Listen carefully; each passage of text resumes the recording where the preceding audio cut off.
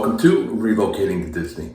Today we're in the boys' bathroom and I'm here to describe to you a problem that we've had here.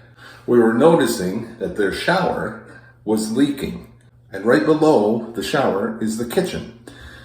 And we would get water stains up on the ceiling of the kitchen, and when they were taking showers, the water would actually drip down off the ceiling, and we'd have puddles of water on the floor. So we had no idea what was going on. We thought that, maybe there was a leak in the shower and maybe the tub was leaking. Maybe there was a crack in it or something, or maybe something was in the wall that was leaking. We were worried that the tub was leaking or maybe something in the wall. So in the closet, we cut a hole, an access hole, so that we could take a look underneath. And what we saw was that it was bone dry underneath the tub. So we really couldn't figure out where the water was coming from. And then one day I was looking at this in the shower and I realized what it was. Our boys have always had shower curtains in their bathroom. And this is a sliding door. Now these sliding doors have a front door and a back door. And as long as you know which one's the front and which one's the back, you're all set. But if you don't know, and you swap them around, let me show you what happens.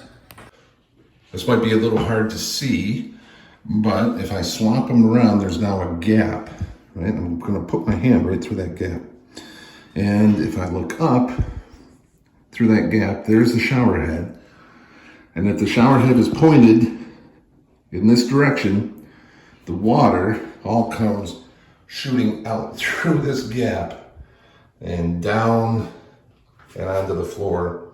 And the tiles, the grout on the tiles was a bit old and cracked. And so the water would go right through that grout, through the floorboard, and come dripping out down in the kitchen.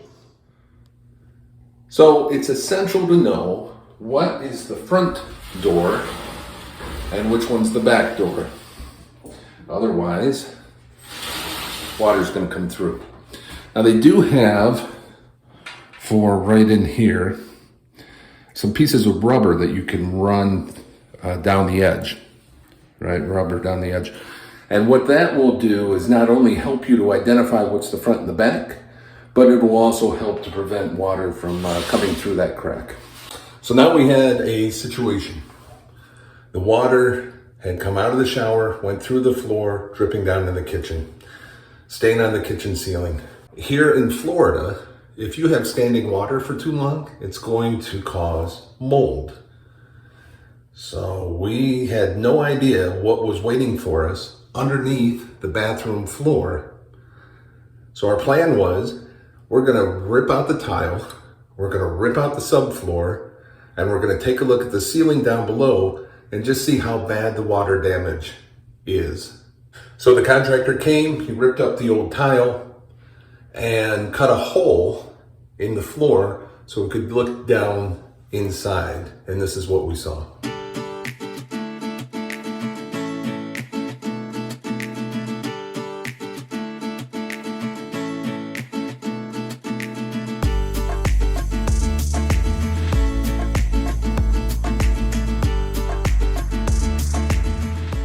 All right, it doesn't look too bad.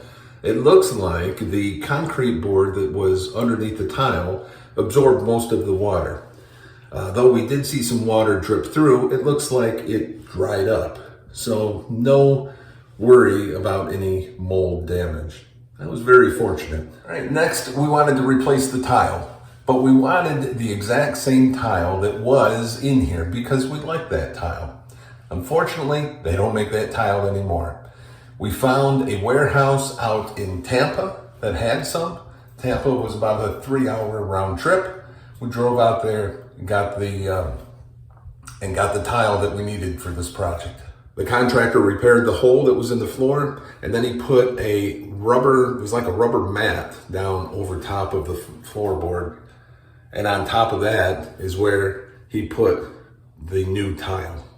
He then went down to the kitchen, and we didn't have to replace the ceiling because it looked pretty good.